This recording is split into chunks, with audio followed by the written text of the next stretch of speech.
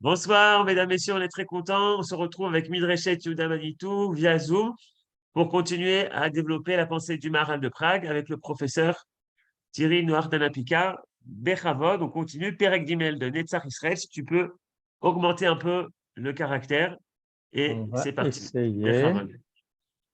On va essayer. Tu peux même faire plus en bas dans le Covet, dans le Word. Oui, mais voilà, ça va comme ça? Très bien. OK. Bon, on va sauter un petit peu la fin du deuxième chapitre pour avancer un peu. De toute façon, je pense que l'on a compris l'essentiel de ce que le chapitre voulait nous dire dans les dernières études, à savoir qu'il y avait quelque chose d'un petit peu particulier dans les fautes faites par Israël. Et là-bas, d'ailleurs, on ne parle pas forcément des fautes de l'individu, mais des fautes plutôt du collectif. Mais on a bien vu à travers ce que disait le Maharal que la faute n'était pas quelque chose de naturel et que c'était la différence qu'il fait entre ce qu'il appelle be'etzem, quelque chose qui est par essence, par nature même, et les choses qui sont bemikré, qui sont par accident. Et que, en fait, si je me permets une comparaison un petit peu osée, si brusquement on voyait un chat en train d'aboyer, ça ne peut pas être sa nature, c'est pas la nature du chat. Et ça ne peut arriver que par accident. En l'occurrence, on sait très bien que ce genre d'accident-là n'arrive pas, mais ce serait un peu ce genre de choses-là que l'on verrait. Ou bien, peut-être qu'il faut parler d'un perroquet ou d'un ménate qui va dire quelques mots. En réalité, il ne sait pas ce qu'il dit. Même s'il est capable de le répéter plusieurs fois, il ne sait pas, il n'a pas conscience de ce qu'il dit. C'est simplement des sons qu'il reproduit. C'est un peu comme ça par accident, mais comme pour toute comparaison, elle est problématique, donc ce n'est pas exactement de cela qu'il s'agit, mais tout simplement on peut très bien avoir glissé sur une peau de banane. À ceci près, et on va le voir justement dans le chapitre qui nous occupe maintenant, c'est que la peau de banane est extérieure à la personne qui glisse dessus. Et c'est ce que le Maharal va essayer de nous expliquer maintenant dans ce chapitre-là. Donc, au troisième chapitre de Netzach Israël, il va poser une question qui n'est pas simple. En réalité, elle ne nous est pas inconnue, parce que malgré tout, nous avons derrière nous quand même un certain nombre de temps, un certain nombre d'heures d'études de Tanakh, nous savons un petit peu de quoi il est question. Mais malgré tout, c'est une question importante et il faut la poser. Yesh lish'ol, il faut donc poser la question.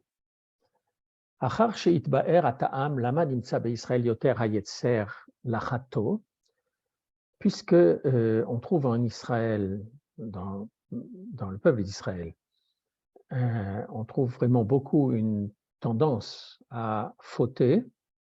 Aval yeshatet siba lama haya nimtza chet avodat gilulim yoter mish'ar chataim.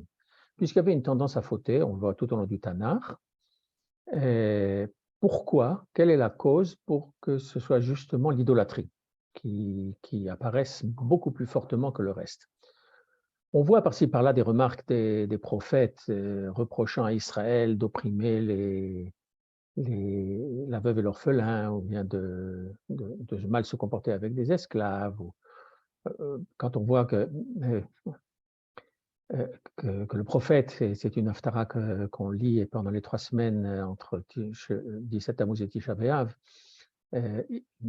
Sion bemishpat tipade, si ça s'entend un petit peu comme quelque chose d'actuel, eh bien oui. Sion bemishpat tipade, et en fait ce qui va amener la délivrance d'Israël, c'est que Mishpat, c'est que le système judiciaire soit réformé et conforme aux vues de la Torah. Alors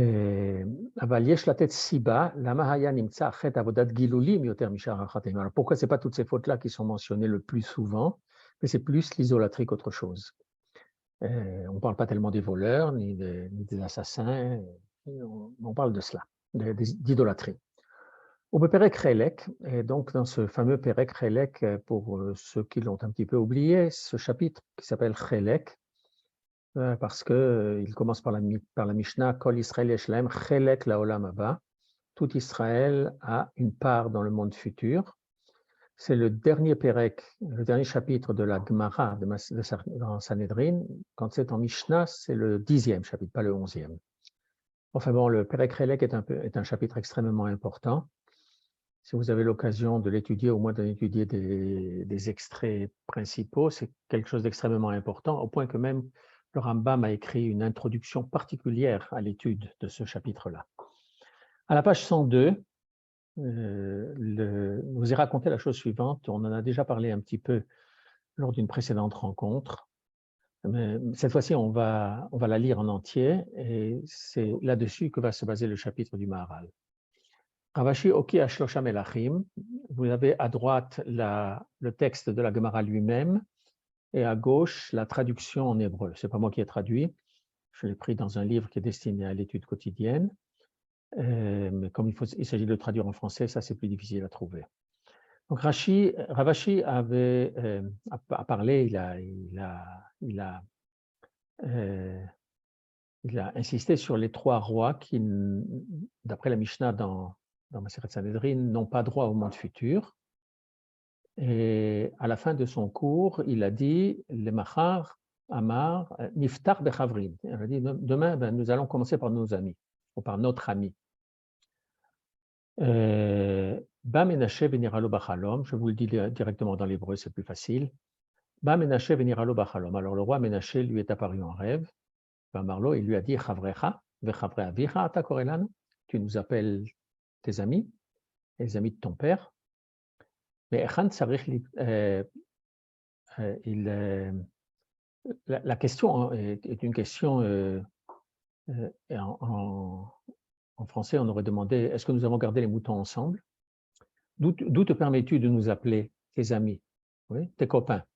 En fait, Ménaché avait perçu que c'était un petit peu méprisant de les appeler comme ça. Oui, un peu comme aujourd'hui, de façon gentille ou familière, quand on parle de quelqu'un ou d'un groupe, on dit « Hachevre », c'est les copains. Oui. Alors, il y a des limites, il y a des gens qu'on peut appeler les copains, il y a des gens qu'on ne doit pas appeler comme ça. Et Ménaché donc s'insurge contre cela et dit à Ravashi « Mais qui tu es toi pour te permettre de nous appeler comme cela ?» Et il lui pose une question. Par quel endroit est-ce que l'on va rompre le pain lorsque l'on fait la bracha de Hamotzi? Vous savez qu'a priori, on a la mitzvah de rompre le pain par un certain endroit, pas de façon précise, pas de façon quelconque, mais plutôt d'une façon précise. C'est ce que Ménaché va expliquer.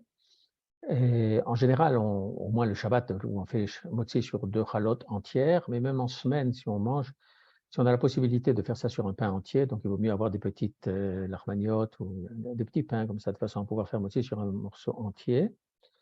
Ou bien, si on ne peut pas, si on n'a que du pain tranché, alors au moins que la tranche elle-même soit entière, pas des restes. À quel endroit doit-on rompre le pain? Amarlo Ravashi, Eneni Odea. Ravashi lui dit, je ne sais pas.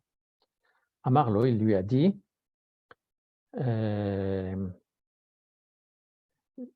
Livtso et apat l'olamadta, tu n'as pas appris comment il fallait rompre le pain, et tu te permets de nous appeler tes copains. Amarlo, il lui a dit, avant de continuer, je vous racontais, c'est arrivé avec un de mes maîtres, le Rav Ringer, à la Vache Shalom, qui, suite à un comportement un petit peu curieux de certains garçons dans la yeshiva des étudiants qu'il avait fondée, les avait convoqués et leur avait dit, quand on est un Talmid Racham qui dit Amotzi lechem min haaretz sur une tomate, alors on se permet de ne pas se comporter comme de telle et telle façon. C'est un peu l'idée qu'il y a là derrière. Alors donc, tu ne sais pas comment on doit rompre le pain et tu te permets de nous appeler tes copains. Amarlo, lamedeni ou machar et roshzod beshimcha bepirken. Alors enseigne-le-moi et demain je l'enseignerai au Bet Midrash en ton nom. Amarlo, et alors Ménaché dit à Ravashi, Echi de Kadim Bishula, de l'endroit où la cuisson a commencé. En fait, l'endroit où la cuisson a commencé, ça va être l'endroit qui est le mieux cuit sur la challah. Et quand vous regardez les challahs, d'ailleurs, on avait tous plus ou moins l'habitude de tourner les chalotes dans tous les sens pour décider à quel endroit on va la couper. Il y a toujours un endroit qui est un peu mieux cuit, un peu plus sombre. Marley. Et alors Ravashi va demander à Ménaché. Et il lui dit, mais puisque tu es tellement sage, comment se fait-il que tu aies adoré une idole, tu te sois adonné à l'idolâtrie? Amarle, il lui a dit, et Aviat Hatam, si toi tu avais été là-bas, tu aurais pris les pans de ton manteau ou de ton vêtement entre tes dents pour courir plus vite derrière l'idolâtrie. Et Machar, Amar, et le lendemain, Hachi a commencé son cours en disant Niftar de Ravuta, nous allons apprendre quelque chose de nos maîtres, des grands. Alors, c'est une histoire un petit peu particulière. C'est une histoire d'autant plus particulière que ce que nous avons dans la tête, c'est qu'effectivement, Ménaché était loin d'être comment dire, tzaddik yesod olam. Et on le voit très bien. Je vous ai ramené là le chapitre qui le concerne dans Divrei Hayamim. J'aurais pu aussi bien rapporter celui dans Melachim. On voit qu'effectivement, Ménaché était un super spécialiste d'Avodah Zarah et d'autres comportements impropres. Il a commencé à régner quand il avait 12 ans. Et il a régné pendant 55 ans. Et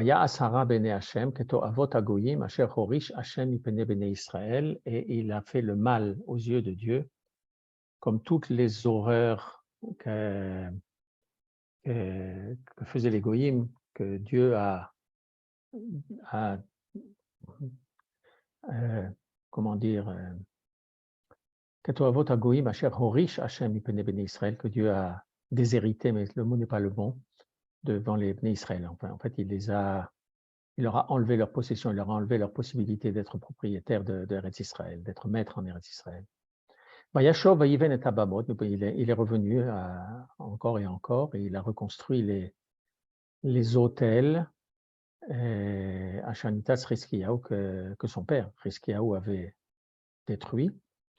Mais il a construit des autels pour les différentes idoles, ce qu'on appelle les Béalim. Vous savez que Baal, il n'y en avait pas qu'un seul, il y en avait plusieurs.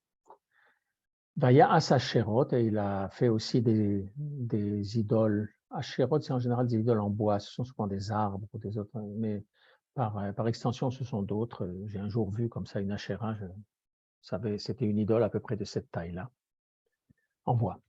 Il s'est prosterné devant tous les Tseva Hashamayim, toutes les planètes et toutes les étoiles, tout ce qui est dans le ciel. Vaya Avod Otan, il les a servi au sens culte religieux.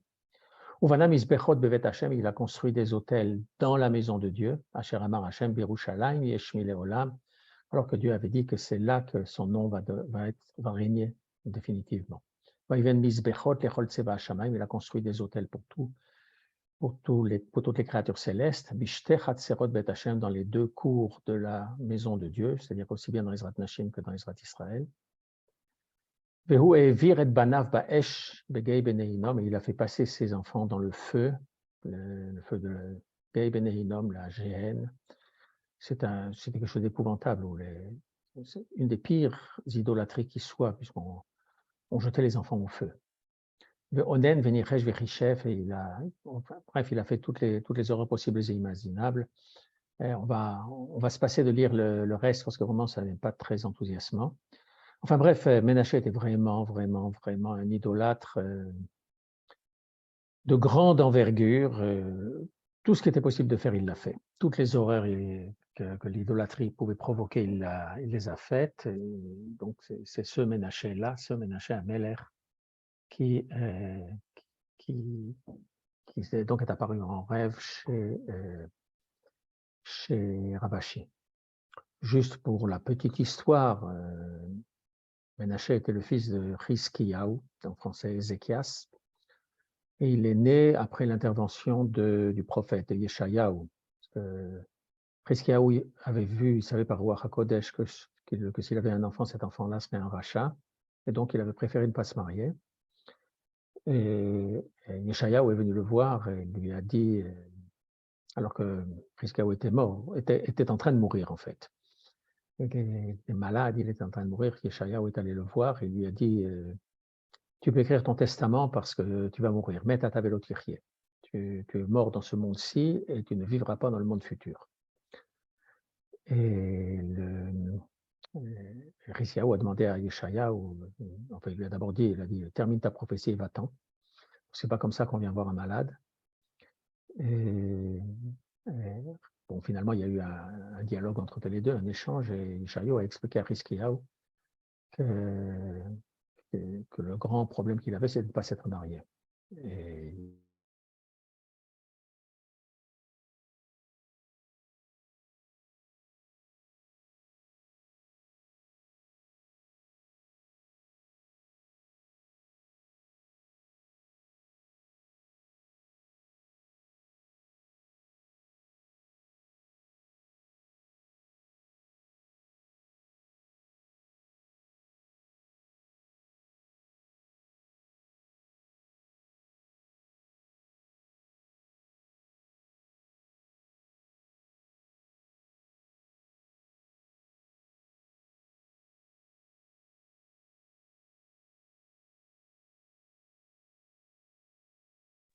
est-ce que vous êtes avec moi? Parce que pendant quelques secondes, ça a disparu et c'est revenu. Oui? On y est? Bon. Je vais juste vérifier la connexion à l'électricité, parce que est-ce que ce serait de là que ce serait venu?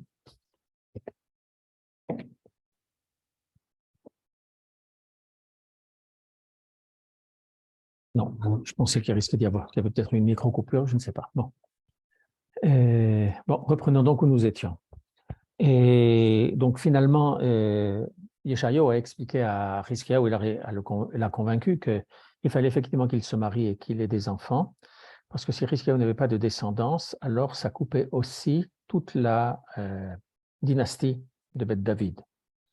C'était donc un échec complet qu'il provoquait dans l'ensemble du programme d'Akadosh Baruch Hu.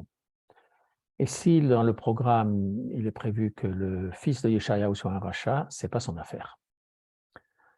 Alors, Hiskiyahu a dit, bon, très bien, je vais me marier à condition que tu me donnes ta fille. Et Yeshayahu a accepté. Ils ont eu un enfant, c'était Ménaché. Et voyez la surprise, il était rachat. Parmi les horreurs qu'il a faites, il a d'ailleurs tué son grand-père. Voilà, alors c'est ça le personnage que l'on a devant les yeux, c'est ça que nous avons dans la tête, c'est de ça que nous nous souvenons quand on nous parle de Ménaché Améler. Nous oublions un petit peu quand même que malgré tout, et dans des circonstances extrêmement dures, il a fait tchouva à la fin de sa vie.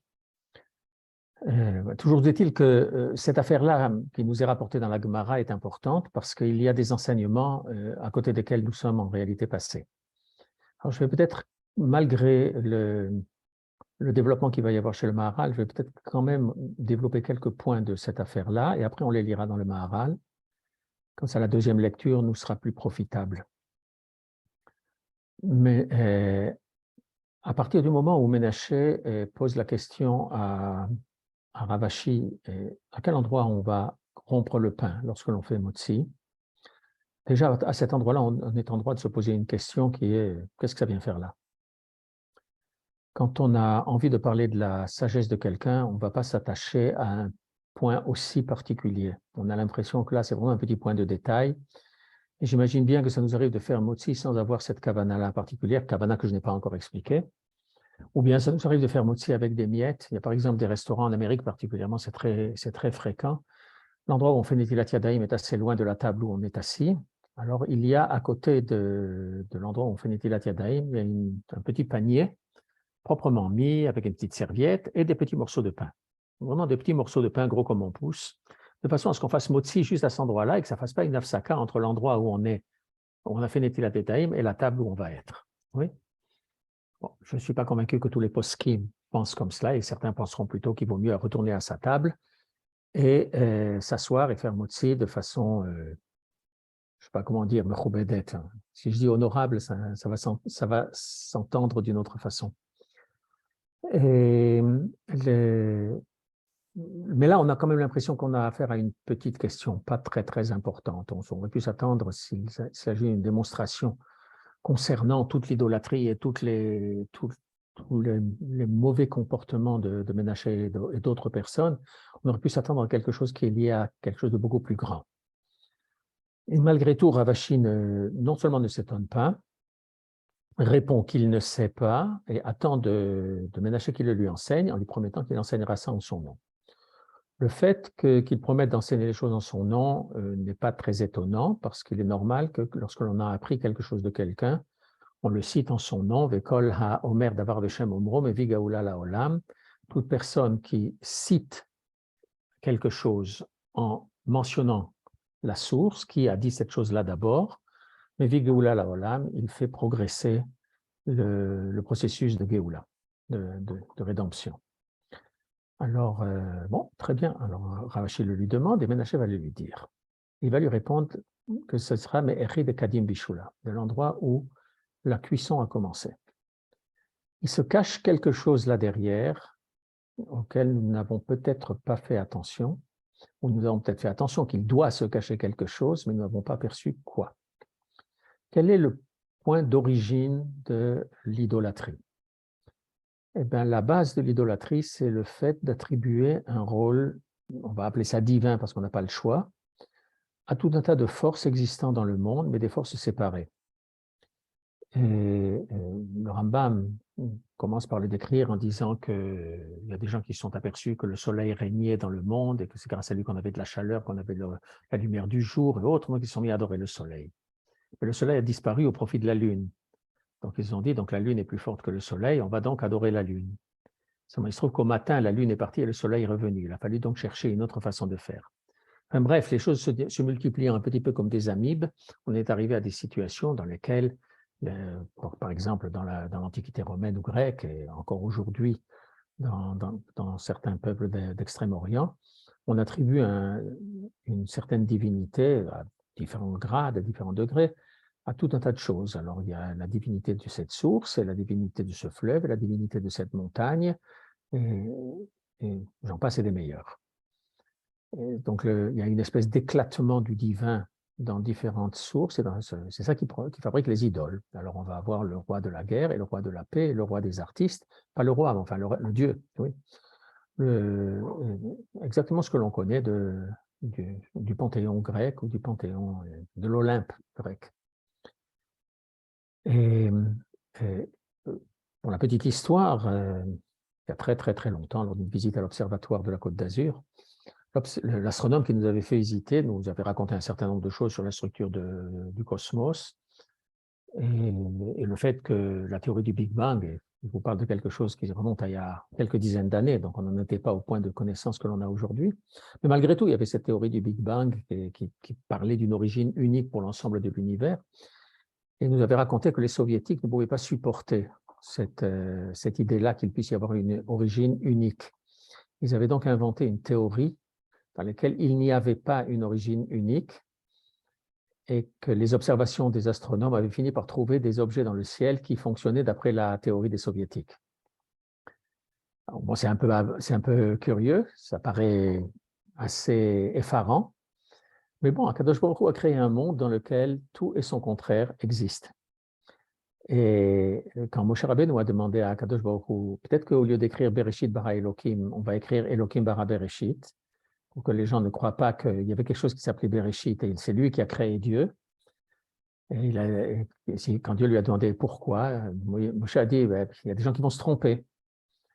Et la réponse d'Akadosh Baruch Hu était, ceux qui veulent se tromper, qu'ils se trompent. Donc, on a le même genre de choses. Alors bon, les Soviétiques ont trouvé ce qu'ils ont trouvé. Je crois que depuis très longtemps, on ne parle plus de leur théorie, hein, parce que de toute façon, on a beaucoup progressé depuis. En fait, c'est ça ce qui se cache sous la réponse de Ravashi.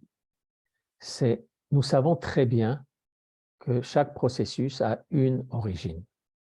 Nous savons très bien que le monde a une origine. En gros, nous savons très bien qu'il y a un seul Dieu. Mais simplement, par la suite, oui, il va lui demander, et ça n'est pas rapporté dans ce texte que je vous ai écrit là, il va lui demander « Atalo yodem azeh yetzer » tu ne sais pas ce que c'est que yetzer. En français, on parle du mauvais penchant ou du bon penchant. Yetzer, ce n'est pas un penchant. Oui. En français, on parle de penchant de la même façon que quelqu'un a une inclination pour quelqu'un d'autre. Mais il s'agit, yetzer, c'est la chon yotzer, c'est quelque chose qui crée. Il y a dans l'homme des forces extrêmement fortes et qui le poussent à faire quelque chose, qui le poussent à créer quelque chose. Ça peut très bien être dans un sens comme ça peut être dans l'autre. Il y a, si je le prends à un tout petit niveau, il y a des gens qui, dans leur colère, sont capables de casser quelque chose. Et ce n'est pas forcément pour passer leur colère, c'est parce qu'ils ont les forces qu'ils sont en train de développer les dépassent et ça fait qu'ils font quelque chose, et bien ils le font de travers. C'est pour cela que les Chachamim nous disent que quelqu'un qui casse un objet par colère, eh bien, il est considéré par la Torah comme un idolâtre, comme Oved Avodah Zara. Ce n'est pas une simple comparaison, mais c'est bien plus fort que ça. C'est qu'il s'agit là vraiment de ne pas contrôler les forces que l'on a. Nous sommes tous dans ce cas-là. Nous avons tous des cas dans lesquels nous glissons un peu en dehors du chemin. Nous voulons tous servir à Kadosh Baruch Hu, mais il y a des moments où nous dérapons. C'est vrai pour tout le monde. Il n'y a pas de juste sur cette terre qui va toujours faire le bien et qui ne jamais va glisser un peu en dehors. Ça arrive à tout le monde. Et simplement, nous savons repérer que nous avons glissé et nous savons réparer. Et là, ce que dit Ménaché, il dit les forces qui nous poussaient étaient tellement fortes que nous n'arrivions pas à les contrôler. Et en fait, nous aurions été bien contents que quelque chose se mette en travers pour nous empêcher de le faire. Mais simplement, toi, dit-il à Rav Ashi, tu es d'une génération où vous ne pouvez pas comprendre cela, parce que si jamais quelque chose de ce genre-là vous arrive, alors ce que vous allez faire, c'est plutôt vous allez pousser l'obstacle sur le côté de façon à pouvoir continuer sur cette mauvaise voie. Et avec cette comparaison extrêmement dure, le dialogue va plus ou moins s'arrêter là. Mais Rav Ashi l'a compris. Et il a donc compris qu'il y a des choses qui sont provoquées par cette puissance interne qui pousse la personne ou le collectif à faire quelque chose qu'il ne devrait pas faire. Mais très souvent, la personne ou celui qui transgresse est conscient que c'est une transgression, simplement il ne peut pas s'en empêcher. Malgré tout, dit Ménaché, nous savons très bien qui est le maître du monde. Nous savons très bien que c'est lui. Et on ne l'a pas fait pour se révolter contre lui, mais on l'a fait parce qu'on y arrivait. On n'arrivait pas à faire autrement. C'est quand même une autre façon de voir. Il y a eu des cas dans lesquels c'était des révoltes. Nimrod, avec la tour de Babel, c'était vraiment une révolte contre. Là, il n'était pas question de révolte. Et nous connaissons des cas de personnes comme celle-là qui nous le disent franchement, qui disent, très attachés à Kadosh Baruch Hu, il y a une force qui me pousse. Et c'est de ça que le Maharal va parler. C'est là qu'il va commencer à nous raconter un peu ce qui se passe avec Am Israël. Beratza Lomar. Oui, nous en sommes là, à la ligne 22. Beratza Lomar, qui Rav Ashi Aya Sover, qui a eu Toim Achar Avodat Gilulim. Il pensait que les idolâtres, tout simplement, étaient dans l'erreur. Et qu'à cause d'une erreur, ils allaient vers l'idolâtrie. Velo Aya Davarazé Mishum Yitzram Hara, Sheaya Gover Bahem. Et ils ne pensaient pas qu'ils allaient vers l'idolâtrie à cause d'une tendance personnelle, quelque chose qui était intérieur chez eux, quelque chose qui les surmontait. Rak bishvil shelo hayu chachamim kolkar, simplement parce qu'ils n'étaient pas suffisamment sages pour avoir compris que ce que l'autre, que cette force autre, le poussait à faire. Et donc c'était une erreur. Et Ménaché lui a répondu que ce n'est pas comme cela. Ils étaient vraiment sages, ils savaient très bien. Cette tendance, cette puissance interne était plus forte que tout. Et alors, ils étaient idolâtres. Vilou hayahu beoto dor hayarat sacharia. Et si lui, Ravashi, avait été dans cette génération-là, il aurait couru derrière l'idolâtrie. Il avait nakit beshipule glima et il aurait pris les pans de son manteau dans ses dents pour que ça ne gêne pas sa course. Ki ka'asher achote hu chacham, parce que lorsque la personne qui faute est sage, veyodea shehu chote, il sait qu'il faute. Rak shehu eno yachol limshol al yitzro, il ne peut pas maîtriser cette force, son yetzer, on va continuer à parler des yetzer, ou chafetz ve'oev sheyavo lo monea. Il voudrait bien que quelque chose vienne et l'empêche de faire cette erreur, au point qu'il ne puisse pas transgresser.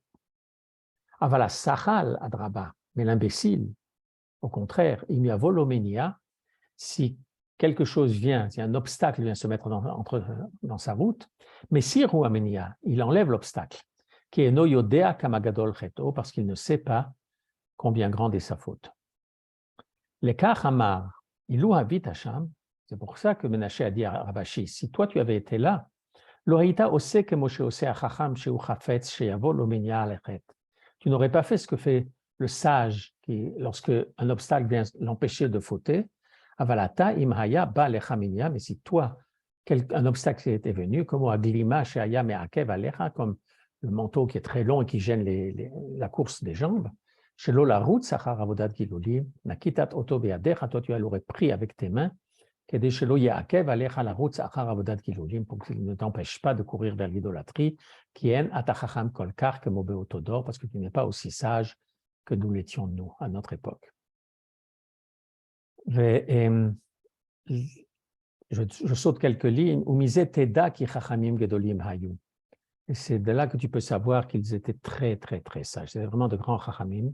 Rak bishvil shaya yitzram moshel bahem. Il faut savoir que ce n'est pas seulement d'eux que l'on dit, mais par exemple, nous avons dans la tête que la génération de nos ancêtres qui étaient dans le désert les 40 ans entre la sortie d'Égypte et l'entrée en Eretz Israël, on a l'habitude de les considérer comme des fauteurs parce que la Torah nous raconte plein de choses. Les histoires, on voulait de la viande et on s'est révolté pour de l'eau et on s'est révolté pour 36 000 raisons. Et pourtant, la Gemara les appelle d'Ordéa. C'était vraiment une génération qui connaissait Dieu. Et il y a des choses qui poussent. Et les dagdek. Et il faut comprendre. Chez Amarlo, mais achar te hakimat kulehai, puisque tu étais tellement sage, est-ce qu'il y a une telle sagesse dans cette façon de parler, de dire que d'où est-ce qu'on va commencer à faire motzi? Et n'irait, qui me pene shayar avashi sover, shehayu arishonim toim achar avodat gilulim mechamat shayu omrim ki atchala i efshar shetie achat, sheim haya atchala achat erba mise ribui baolam. Et en fait, ce qui se cache derrière, c'est que Ravashi pensait que l'erreur qu'il faisait était de penser qu'il ne puisse pas y avoir une origine unique au monde. Et que s'il y a une origine unique au monde, comment est-il possible que ce monde soit caractérisé par la multiplicité? C'était une question que l'on avait déjà vaguement évoquée pour autre chose. Mais comment est-il possible que d'un seul Dieu soit créé tellement de choses avec tellement d'aspects différents? On aurait pu penser que quand une origine crée l'ensemble de ce qui vient derrière, tout va ressembler à cette origine-là. De nos jours, on est déjà plus au courant. On se rend bien compte que un enfant ne ressemble pas toujours exactement à son père ou à sa mère. En tout cas, il peut difficilement ressembler aux deux en même temps. Un petit peu par-ci, un petit peu par-là, mais on sait très bien que, en fait, ce sont des phénomènes plus superficielle qu'autre chose, la ressemblance comme ça du visage. Il y a des choses qui passent effectivement de l'un à l'autre, mais en tout cas, c'est vrai que d'une origine unique, d'Adam et Chava, on a reçu que nous avons 2 oreilles, et 2 narines et 2 yeux, et c'est vrai chez tout le monde. Il y a quand même un certain nombre de points fondamentaux qui sont uniques. Malgré tout, Dieu a créé un monde dans lequel la multiplicité règne en maître. Aujourd'hui, les travaux que font les scientifiques pour étudier la biodiversité, pour essayer de la conserver là où nous avons tendance quelquefois à en éliminer une partie, c'est l'étude effectivement de cette biodiversité créée par un créateur. Alors, ils n'en sont pas encore au point d'étudier cette création par un créateur, il y a beaucoup de gens que ça dérange, mais bon, malgré tout, c'est aussi un peu cela. Il faudra un jour le leur dire que c'est ça qu'ils sont en train d'étudier. Et un certain nombre de chercheurs se sont déjà mis d'accord là-dessus par leur sagesse, qui mille davar chez echad, lo yavor echad. De quelque chose qui est un ne peut venir que quelque chose qui est un. Alors on comprend bien maintenant qu'il n'est pas question d'une multiplicité numérique, mais que c'est plutôt une multiplicité qualitative. C'est donc cette différence qui peut exister entre différentes choses qui ont été créées et qui se perpétuent à l'intérieur de ce monde créé par un. Qui a ribouille, yeshbo dvarim mechulakim, parce que quelque chose de multiple dans lequel il y a des différentes parties, il y a de nombreuses parties, et quand il dit mechulakim, ça ne veut pas dire seulement shonim, ça veut dire mechulakim, séparés, il y a différentes choses. Oui? Comment est-il possible que dvarim shem, qui a ribouille, asher yeshbo dvarim mechulakim, quelque chose qui est multiple et qui a différentes composantes, comment il peut être influencé par quelque chose qui est forcément un. Dvarim shehem mitralfim. Alors, il y a des choses qui changent, et puis il y a des choses quelque chose qui est un est forcément immuable. De même qu'il est impensable que quelque chose qui est l'opposé du feu soit influencé par le feu. Le feu engendre la chaleur, et l'eau engendre la fraîcheur. Et tu ne verras pas quelque chose qui est un et qui va engendrer deux choses contraires. Car de la même façon, dans leur pensée, il est impensable que quelqu'un qui est un, le Dieu créateur, puisse créer un monde dans lequel cette multiplicité, cette diversité règne en maître. Et c'est pour cela qu'ils ont décidé qu'il y avait plusieurs débuts. Et de la même façon qu'il y a plusieurs commencements, eh bien, il y a plusieurs existants dans le monde. Et c'est ça qu'ils ont développé de plus en plus. Et c'est ça qui a mené à ces différentes idolâtries multiples et multiformes dans lesquelles chaque petite chose, un arbre et un autre arbre et un troisième arbre et une source et un fleuve et une montagne et une pierre et encore d'autres choses, et le soleil et la lune et les étoiles, et toutes ces choses-là ont un aspect divin. Pour le petit détail, c'est sortir de là vers une situation monothéiste, ça n'est pas simple. Oui. On l'a vu dans différents exemples. Il y avait un pharaon d'Égypte qui n'a d'ailleurs pas fait de long feu, qui était monothéiste. Ça ne veut pas dire qu'il était Oved Hashem.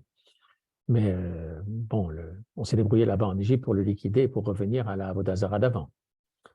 Lorsque les Perses anciens ont abandonné leur idolâtrie, ils ont fait un grand pas, mais ils ne sont pas allés jusqu'au bout.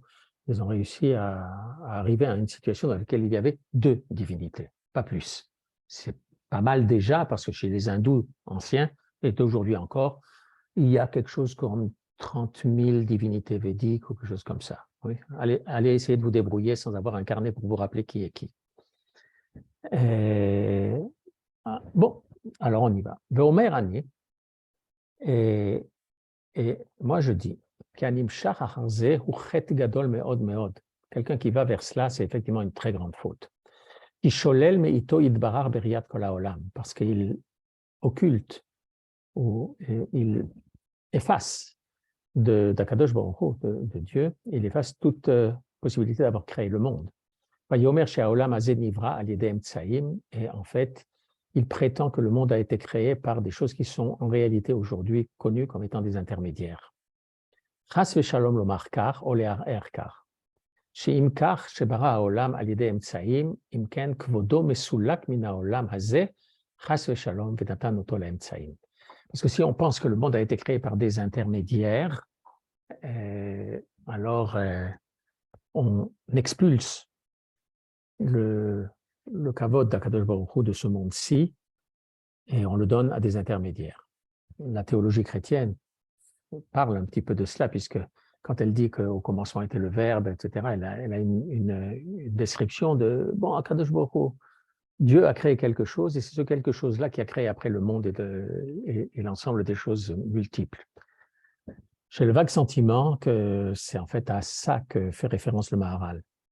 Il était quand même au milieu d'une Europe extrêmement chrétienne, en plein rebondissement, plein bouleversement, plein développement, puisque les guerres de religion étaient plus ou moins passées, mais pas terminées.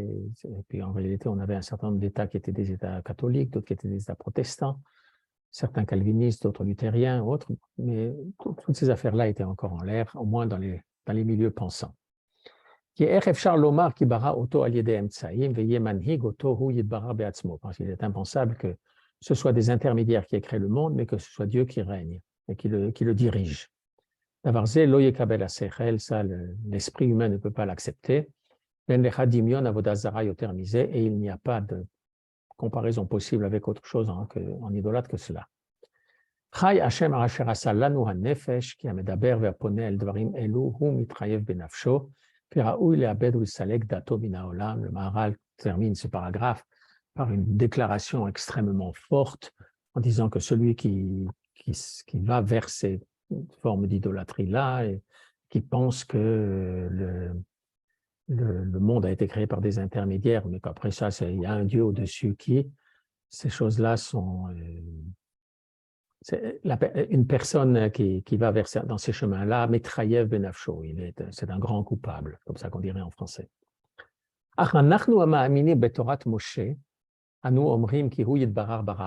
Mais nous qui sommes des adhérents de la Torah de Moshe, oui, dire des croyants de la Torah de Moshe, je n'aime pas beaucoup cela parce que croire en français, c'est simplement je suis assis et puis je crois quelque chose.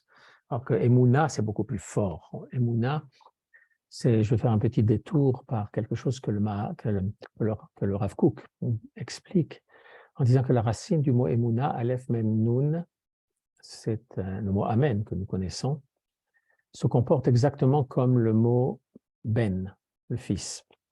Un fils, c'est donc Ben, et au féminin, ça aurait dû être Bent. Ceux d'entre nous qui parlent un peu l'arabe savent qu'une fille, c'est Bent, ou Bnat.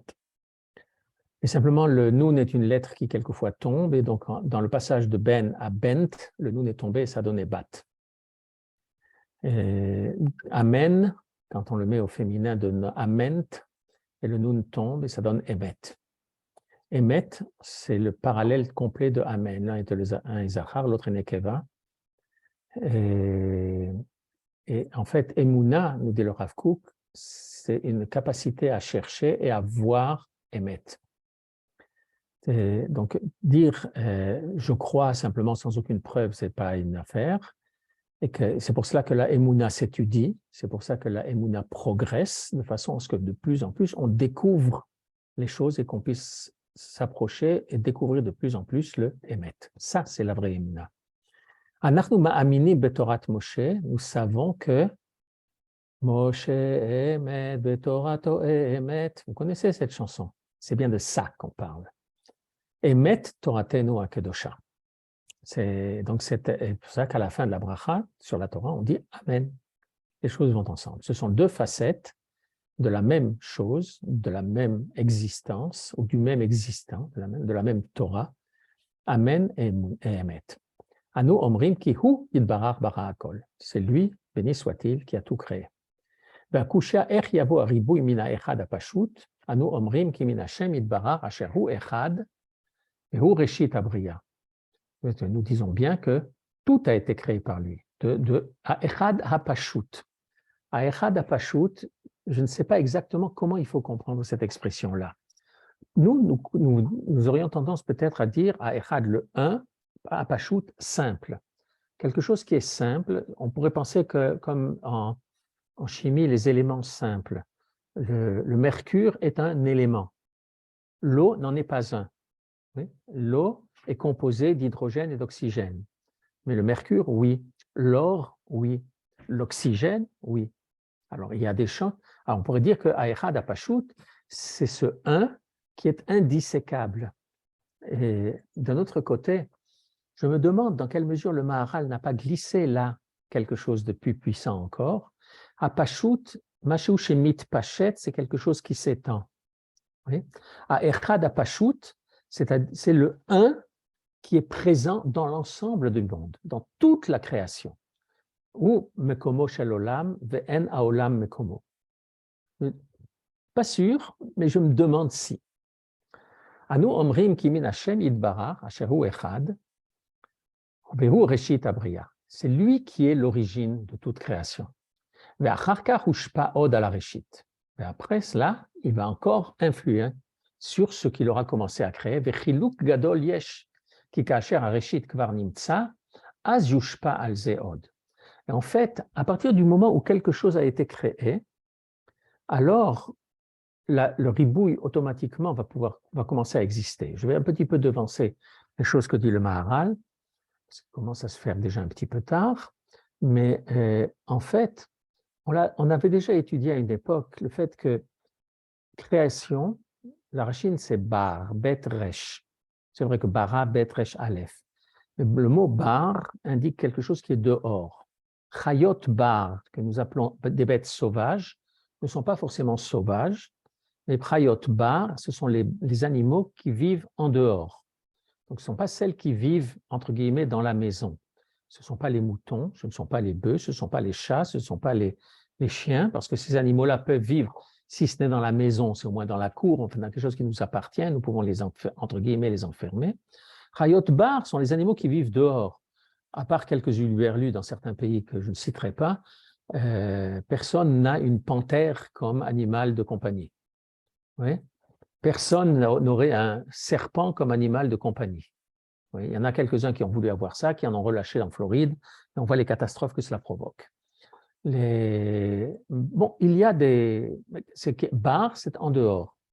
Bereshit, bara, la création, immédiatement à partir du moment où quelque chose est créé, c'est en dehors d'Akadosh Baruch Hu. Donc, ça a plusieurs caractéristiques qui sont d'être imparfait, et d'avoir une possibilité de multiplicité. Il n'y a pas chez Akadosh Baruch Hu qui, lui, est un. Et dès que quelque chose est en dehors de lui, ça ne peut pas être ce Echad HaPashut, ce un simple, ce un unique, cette unicité complète. Automatiquement, la multiplicité va pouvoir arriver là. Et simplement, Akadosh Baruch Hu, qui est lui le maître du monde, puisque c'est lui qui crée tout, alors il peut après influer sur cette multiplicité existante qu'il a lui-même créée en fait et qui va pouvoir se développer de plus en plus. On va donc sauter un petit peu. Vezeki anivra mitzad sheu alul. Et ça apparaît du fait que la création est alul. Ça, c'est un mot qu'on n'avait pas beaucoup rencontré, que j'avais évoqué lors de notre première rencontre. Dans les paires de mots antinomiques qui sont décrits dans cette dialectique du Maharal, il y avait ce que l'on appelle ila et ce que l'on appelle alul. Ila, c'est la source, c'est la raison, c'est la cause première. Et alul, c'est ce qui en découle, la cause et la conséquence. Et donc on a ici mitzad sheu alul. Dieu, lui, est ha'ila. Et tout ce qui est créé est alul. Il est la conséquence des actions d'Akadosh Baruch Hu, ou chasser. Automatiquement, il est imparfait, il lui manque quelque chose, vetzari hashlama. Il a donc besoin d'être complété. Ki ha'adam nivra vetzari elav hashlama, parce que l'homme ici, quand le ha'adam, il ne parle. C'est toujours un peu ambivalent dans la Torah. Quand on parle de Adam ou de Ha-Adam, est-ce qu'on parle de Ha-Adam tel qu'il a été créé, Zachar ou Nekeva, ou est-ce que l'on parle de la partie masculine de l'homme? Et alors, il a été complété par la partie féminine. C'est une affaire qui nous entraînerait trop loin pour ce soir, mais entre autres, le fait qu'il n'y a pas, que ça n'apparaisse pas comme une chose et son complément, c'est ce que la Torah a décrit comme étant lo tov.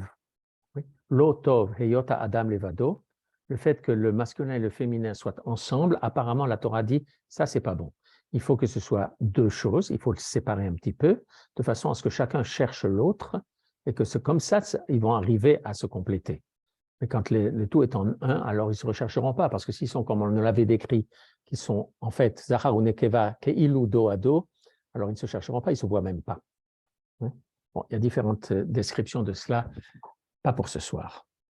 Et il y a une très belle explication de Manitou là-dessus, mais ça sera pour une autre fois. Et il est impossible que la création, que la chose qui en est le complément soit créée avec lui. Et qu'il ne manque rien. Parce qu'alors la créature aurait été parfaite par elle-même. Il a simplement été créé incomplet. Il est complété par quelque chose qui est son complément, qui est son aide, qui est parce que chacun des deux manque de quelque chose. Chacun des deux, des deux objets, des deux existants qui doivent se compléter, dans chacun des deux manque quelque chose qu'il va trouver chez l'autre. Bon, je vais quand même vous raconter ça, et puis en fait, avec ça, on va terminer. C'est un peu ce qu'avait posé, la question qui avait été posée par Manitou, le Rav Cherki en parle aussi.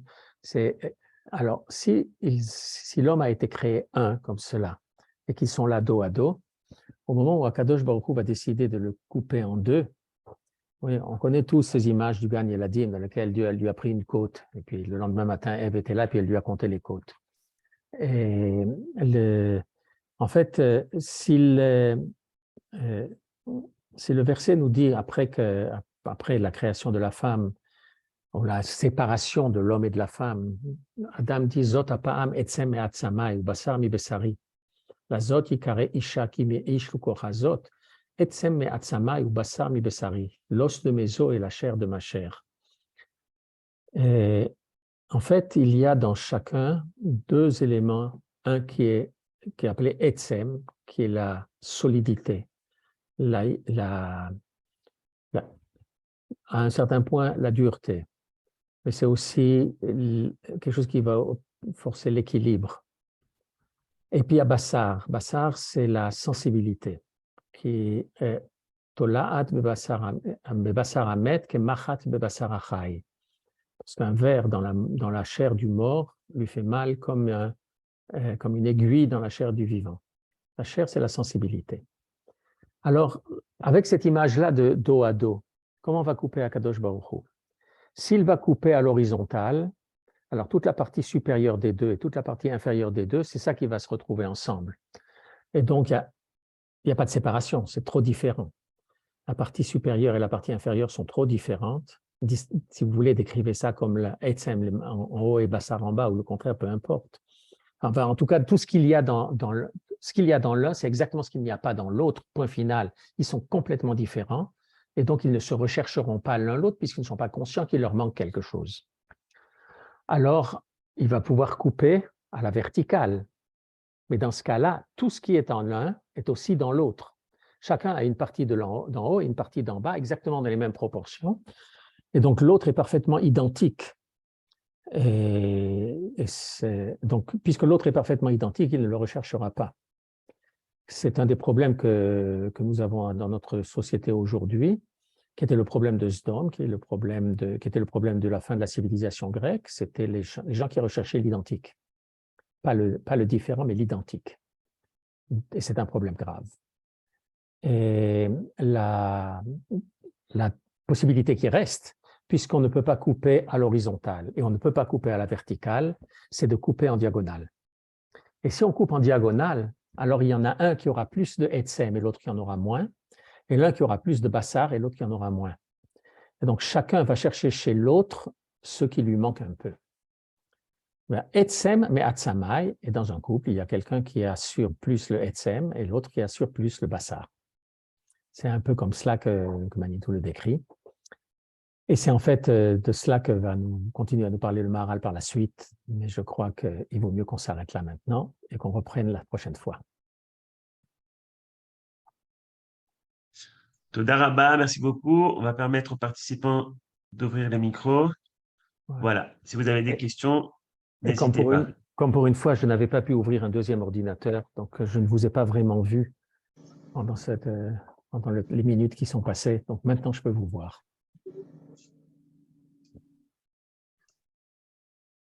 Je suis tout oui. J'ai une question. Oui, Erev Tov. Erev Tov. Tu avais un peu abordé le sujet au niveau de est-ce que chaque Yehudi, à travers les générations, a fait tout un processus intellectuel tel que le Maharal le fait pour arriver à croire que c'est d'abord la Emouna chez les mains, que Akadosh Baruch Hu est au-dessus de tout et qu'il est un.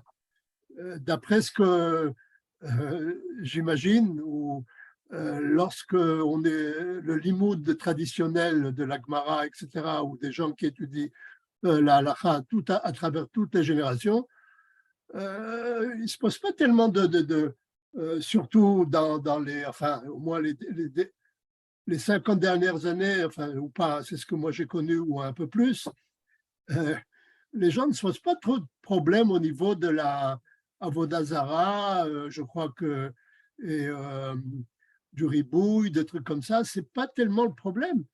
Et la façon dont moi, personnellement, j'ai commencé, je ne me rappelle pas, mais c'est la Emouna que mes parents m'ont transmis et le milieu dans lequel je vivais, etc. etc. J'ai jamais eu je pense que beaucoup d'autres, de problèmes de cet Avodah Zara et j'arrive pas, et je comprends pas qu'est-ce que le Maharal là, c'est un développement intellectuel qui est au profit de qui? Il va prouver, il va convaincre qui?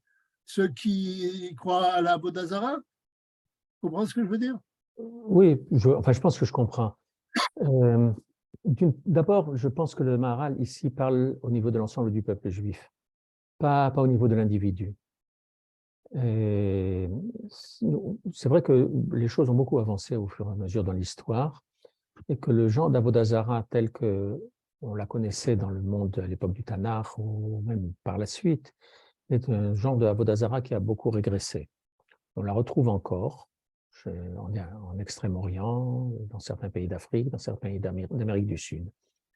Il y a d'autres formes de Avodah Zara qui ont évolué depuis, qui sont un petit peu plus intellectualisées. Et pas mal de rabbinim avaient envie de dire que tous ces ismes que l'on connaît aujourd'hui sont des formes de Avodah Zara. Socialisme, communisme, etc., etc.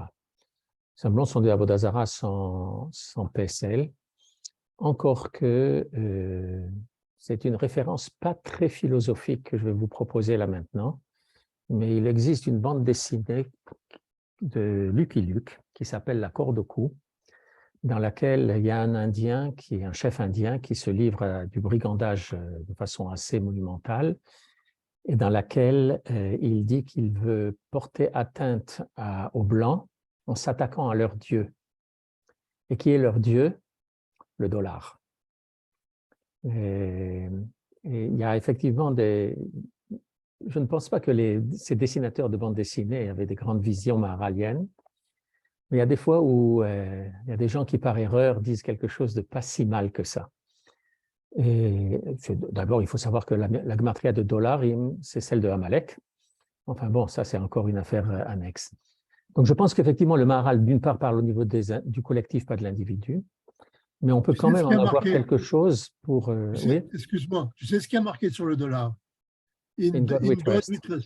Oui, ça a une raison historique et il n'y a pas tellement de temps que c'est marqué. Ouais. Ça fait pas 100 ans que c'est marqué là-bas. Non, pardon. Non, ça fait quand même plus longtemps, mais ça fait partie de leur guerre contre les Britanniques à l'époque de l'indépendance. Et c'était donc… bon. Et maintenant, au niveau de l'individu, c'est vrai que nous avons reçu quelque chose de nos parents, mais simplement, on n'a pas continué exactement comme nos parents, de la même façon que nos parents n'ont pas commencé de zéro, mais ils ont commencé là où leurs parents ont commencé, plutôt sur ce que leurs parents ont transmis, et que petit à petit, on a évolué et on a changé. Sur quelque chose de complètement différent, je peux vous raconter l'histoire suivante. Un de mes amis, quand il avait 14-15 ans, était à Yashlatz, la Yeshiva Letzeirim de Merkaz Arav, et avec des amis, ils étaient en train d'étudier dans Igrot Areaya, dans le livre des lettres de Rav Kook. Ils étaient en train d'étudier une lettre que le Rav Kook avait envoyée au docteur Moshe Zaidel. Et comme ils avaient quelques questions à poser sur le texte qu'ils étaient en train d'étudier, ils se sont dit, ben, on va aller voir le docteur Zaidel. À l'époque, il était encore vivant. Et ils sont donc allés le voir. Ils ont frappé à sa porte, il les a reçus, et ils lui ont expliqué pourquoi il venait, pour qu'il leur explique une lettre qu'il a reçue du Rav Kook. Et le Rav Dr Moshe Zaidel a éclaté de rire en disant, vous vous rendez compte, nous posions des petites questions comme ça au Rav Kook, et c'est ça les réponses qu'on recevait. Ashrenu matov chelkenu, que nous sommes heureux d'être arrivés à une génération où les gens peuvent comprendre ce que le Rav Kook nous a écrit. Alors je pense qu'il y a ça, on avance, on progresse, et notre émouna aujourd'hui n'est pas celle que nous avions il y a 20 ans, et elle n'est pas celle que nous avions à 30 ans, elle n'est pas celle que nous avions à 10 ans, nous avons, nous progressons. Oui, il y a quelque chose comme ça, hein, Rafa. Et maintenant, c'est vrai que la plupart des gens n'ont pas de grandes questions de Emouna, de grandes questions eschatologiques. Mais pendant très longtemps, c'était comme ça. Le Rav Saadia Gaon a écrit son livre Emunot Ve'adeot, parce que, bon, en fait, les gens ne se souvenaient pas tellement de cela. Si à l'époque du Deuxième Temple, par exemple, vous aviez posé la question à un paysan quelque part dans le sud du pays, qu'est-ce qui est important pour toi? Et bien, il avait répondu, ce qui est important pour moi, c'est qu'il pleuve, que le blé pousse, et que la Avoda des Kohanim au Beth Amikdash soit acceptée par Akadosh Baruch Hu. Mais petit à petit, les choses ont changé, et des problèmes de Emouna se sont posés, et comme les gens avaient tendance à aller chercher leurs réponses aux questions de Emouna chez les Goïm, alors le Rav Saadia Gaon a écrit son livre pour donner une réponse juive à la chose. Donc, je ne sais pas, le Maharal, il ne cherche pas à convaincre quelqu'un, oui, il n'est pas en train de faire un exposé, il est en train d'expliquer une réalité, une vérité. C'est nous qui devons l'étudier et voir comment nous intériorisons ce qu'il nous enseigne, au niveau de l'individu, mais au niveau du klal surtout. On le voit très bien aujourd'hui, hein. On voit très, très fortement aujourd'hui que le problème de Emouna est un problème monumental. La pagaille qui règne dans le pays en ce moment, elle provient entre autres de ça. Toda. Encore une question, chers amis? Oui, je peux. Oui, Daniel. Oui, Daniel. Merci. Première chose, j'ai beaucoup aimé la notion de Haloul et Ila. C'est très joli. Et puis, ma question, c'est... C'est pas moi. C'est le Maharal. Je suis un nain posé sur son épaule. Oui, ça n'empêche. Et puis, merci de nous la transmettre. Et puis, ma question, je n'ai pas très bien compris entre le Amen. C'est une description un petit peu grammaticale, mais vous savez qu'en hébreu, les lettres ont une importance. À la différence des langues étrangères, où l'alphabet est quelque chose de conventionnel, le plus bel exemple qu'on connaît, parce que les lettres latines ou autres, on ne les connaît pas parce qu'elles traînent avec nous depuis très longtemps, mais il n'y a pas très très longtemps, ça remonte à 300-400 ans au maximum, un roi en Corée a créé un alphabet. Oui, le roi Sejong, il a créé un alphabet, j'allais dire de toutes lettres. Et donc les lettres sont des choses conventionnelles, alors qu'en hébreu, les lettres ont un sens. Et le Maharal, quelquefois, en fait état, quand il va nous expliquer la différence qu'il y a entre des individus et un collectif. Oui. Si le minyan, c'est 10 personnes, en fait, les 10 personnes qui composent le minyan ont toutes exactement la même valeur, contrairement à ce que certains disent quand ils disent que le 10e est plus important, parce que le 10e peut être là, mais si vous enlevez le 2e, vous n'avez plus rien. C'est un minyan, et c'est représenté par un yud qui est insécable. De la même façon que le aleph, c'est un vav avec 2 yud qui sont là, et donc la description de la façon dont les lettres sont formées, c'est porteur de très très forts enseignements. Ceux qui sont intéressés, je leur suggère d'étudier un livre qui n'est pas simple, ce qui s'appelle Resh Milin. C'est un petit livre, mais avec une profondeur très forte, qui s'appelle Resh Milin. C'est un livre dans lequel le Rav Kook a décrit exactement chaque lettre et l'intériorité de chaque lettre. C'est à tel point que quand il a écrit ce livre et qu'il a demandé à son fils, le Rav Tzouda, de le publier, ce livre, il l'a écrit quand il était en Chutz Laaretz à l'époque de la Première Guerre mondiale. Le Rav Tzouda lui a dit, c'est pas possible. Il a fallu qu'il y ait un tunnel sous le Misbéach jusqu'à Londres, là où tu es, pour que tu puisses écrire un livre comme cela, parce que c'est pas possible. Un livre comme ça ne peut pas être créé en Hutzlaaretz. Alors, c'est donc le fait de parler en termes de lettres et d'essayer de comprendre, ce n'était pas une surprise. En fait, en réalité, toute la Kabbalah, ce ne sont pas des choses ésotériques, mais la Kabbalah, c'est l'explication des lettres et des mots.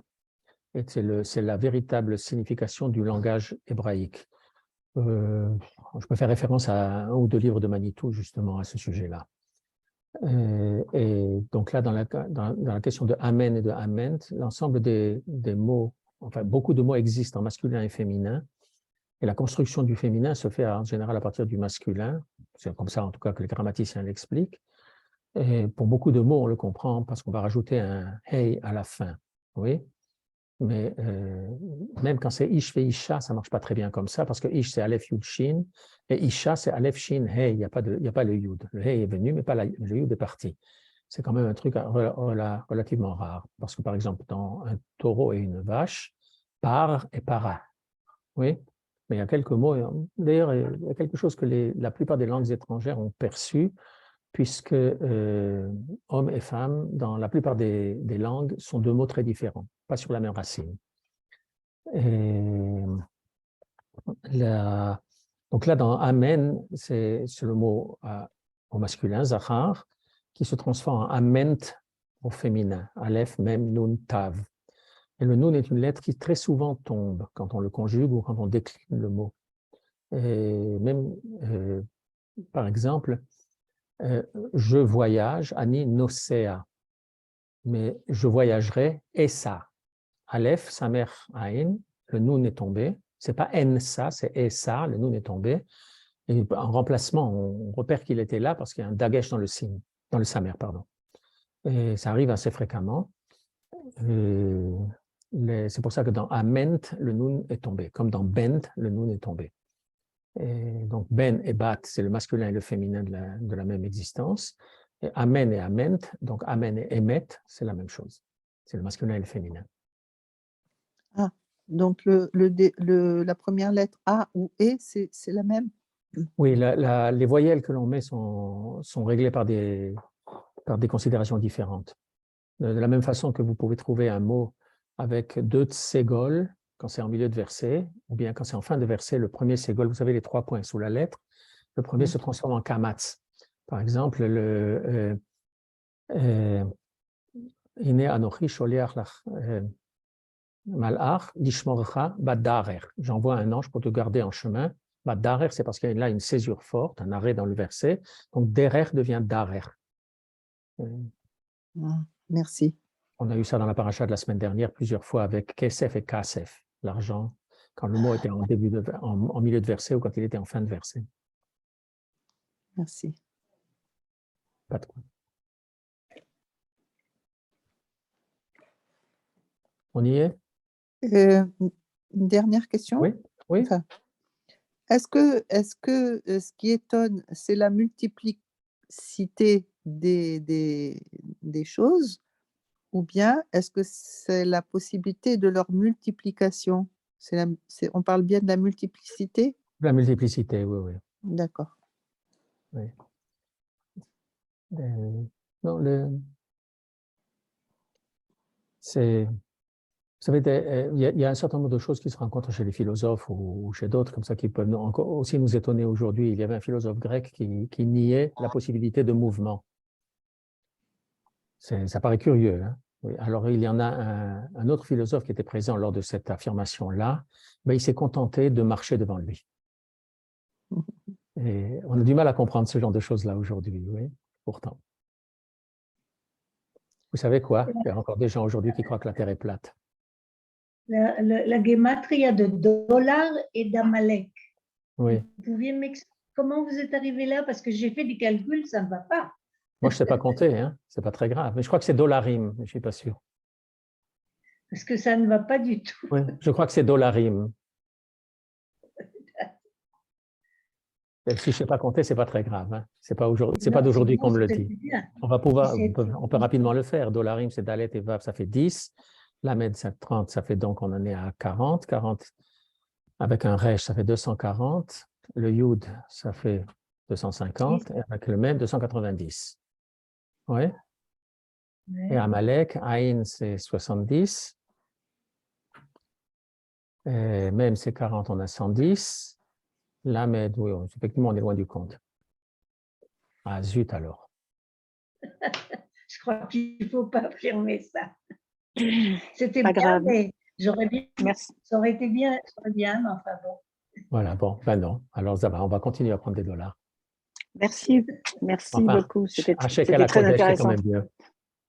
Il y a le dollar américain, australien, etc. Il y en a plusieurs, canadiens. Oui, oui, c'est vrai, c'est vrai. J'ai un billet à la maison de 100 millions de dollars. Ah, ben, très bien. Oui, c'est du dollar de Zimbabwe. Ces 100 millions de dollars du Zimbabwe ne valent même pas le papier sur lequel ils ont été imprimés. Oh, il est vintage, alors gardez-le. Oui. En tout cas, merci beaucoup. C'était très intéressant, monsieur. Oui. Merci à vous. Merci. OK, Merci Shavua infiniment. Tov, Shabbat Shalom, Shabbat tov, Shabbat. Purim Merci. Sameach. Toda. Qu'est-ce qui se passe la semaine prochaine, Purim? Je ne sais pas, il faut voir avec